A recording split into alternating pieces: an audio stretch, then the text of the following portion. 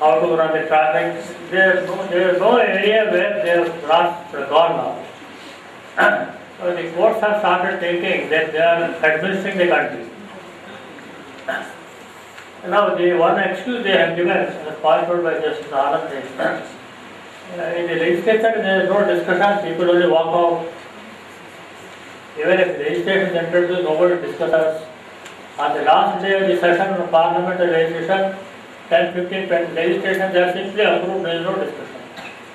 You will wonder that constitutional amendment, for example, the amendment to the Constitution 16(4)(a), enabling reservation in promotions for scheduled castes, that amendment was passed without discussion by Parliament. So there is no discussion in Parliament, and there is no, the executive also is not implementing their duties under various laws. So there are no clean roads, there is no clean air, there is no clean water. They are all to be provided by the state. So judiciary said, wherever the legislature and executive are not doing their job, we will step into their jurisdiction. The public has welcomed it, but it's a very dangerous thing. There are certain areas where you can do that, but there are others where you have no experience. Now, a legislator or a member of the executive has vast experience in policy making and choosing the particular type of choice which is suitable for a situation. Judges have no such experience. Their only knowledge is about the law. So to step into executive action and take out the wisdom of confront the wisdom of the legislature on themselves is also not good. There is a famous quotation by one of the great American judges, Justice Cardozo, who said, judges can be active, activism can be there, but if you want to step into the legislative field, you must show the wisdom of the legislature, which you don't have. Now the legislature wisdom can't completely be abrogated by the judiciary. Similarly, the executive action cannot be taken away by the judiciary. There are some basic principles. There is what is known as the Guttersbury rule.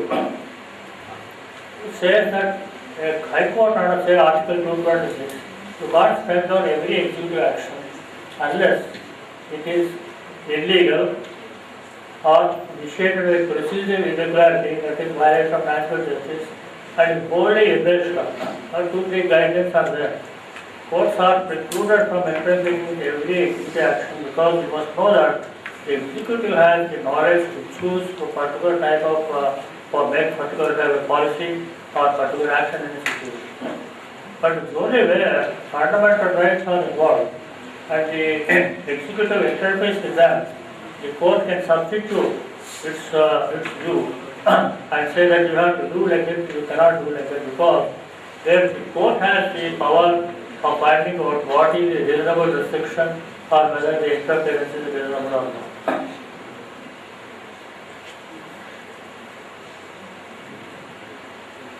Justice Anand has exemplified the scope of regulatory powers in various areas, education, and there was a state where the Supreme Court has fixed the fees for engineering colleges, how much fees has to be collected, how much should be collected from NRI students, all this is laid down. But this is not a matter of policy. This is for legislature to do it or executive. The court started doing it. Recently, the Supreme Court said we will not do it. But after that, there is more chaos. There is total freedom given to several education to collect whatever fee they want, and the students are all suffering. This is because of the policy making in the states as ran amok, and private managements are allowed to release students. In the matter of fees, in the matter of standards of education, affiliation, recognition, aided, unaided, where they can, how far they can provide reservation for minorities. These are all laid down by Supreme Court. And there are cases where, to some extent, the courts have stepped into the jurisdiction of the legislature, either because the legislature is not able to do it, the courts think that they are more suited to do it. Ultimately, we cannot say who is right, who is wrong. The public has appreciated the judiciary stepping in because the legislature and the executive have not been acting.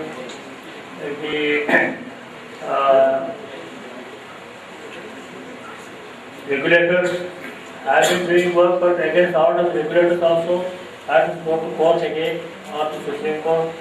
This is the electricity tariffs are all regulated by the electricity tariff appellate tribunal in Delhi. Still matters go to court, even though it's decided by a judge, they are not able to do it. But there must be some finality somewhere, and ultimately all these cases will end up in courts. And the ultimate thing is regulators, separation of powers doctrine, all these, how far they are correct or not, ultimately the courts are not deciding. That's why we have so many cases in the courts. We don't have funds, we don't have enough courts. One word. We have around 13,000 judges in the lower courts in the country, and about 700 judges in the High Court, and now 26 judges in Supreme Court. So the strength has been increased in the Supreme Court from 26 to 31 or so, but judges are not likely to be appointed because there is no housing accommodation for any judges in Delhi. That's the reason. Now, the 30,000 judges are disposing of more than 1.8 crores of cases per annum. This does not get publicity in the media. 1.80 crores of cases are disposed of by the 30,000. But another 1.8 crores get added that year. The revenues remain 3 crores. So every day they say as if courts are not doing enough, there are 3 crores cases in the court. But what about the disposals? Disposals per editions are done every year, every day. With more population, there more laws are made, there is more awareness, there are more cases in the courts. People are not satisfied. So one of the things is to give more funds and more judges. Now some scheme for Gram Nyayalaya has come for more dispute about the 2004 courts are coming up. But that may not really solve the problem. But another problem is even if government sanctions a large number of courts, we don't have competent lawyers to manage them. That's another problem. So we have established national law schools, but all the students are going for law firms and foreign countries. They are not coming to the bar, they are not coming to subordinate judiciary. These are all serious problems confronting the judiciary. That's a separate issue.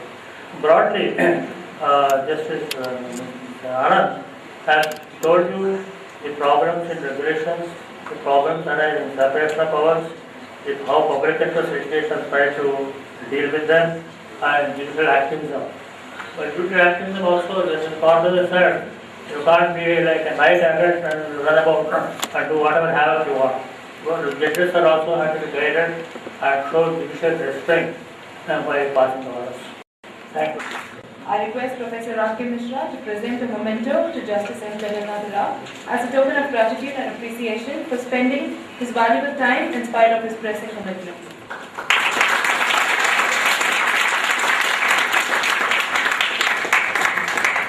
I request Ms. Jayashree and gracing the occasion. I request Dr. Lakshmi Kumar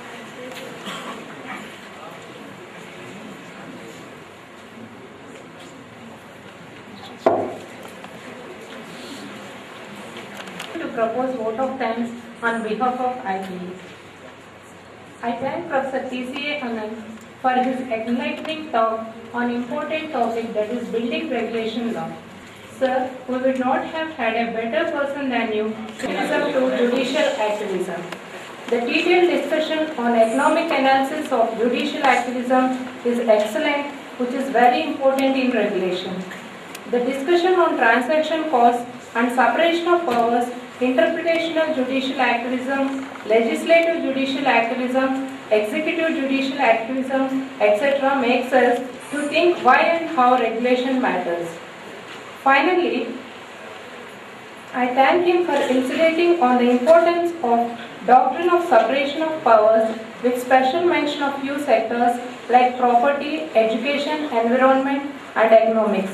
Thank you very much, sir. It's my pleasure to thank Justice M. Jagannath Rao for his presidential address.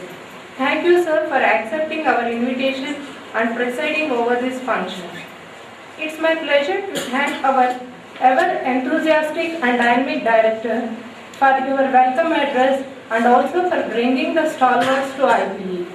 Also, I thank all the dignitaries, invitees, members from media and press, and the entire family of YPE, with special reference to the students who made this occasion a grand success.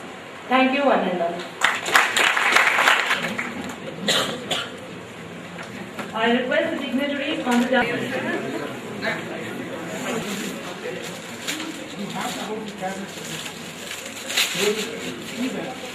and see the weight of the response. If the case is for more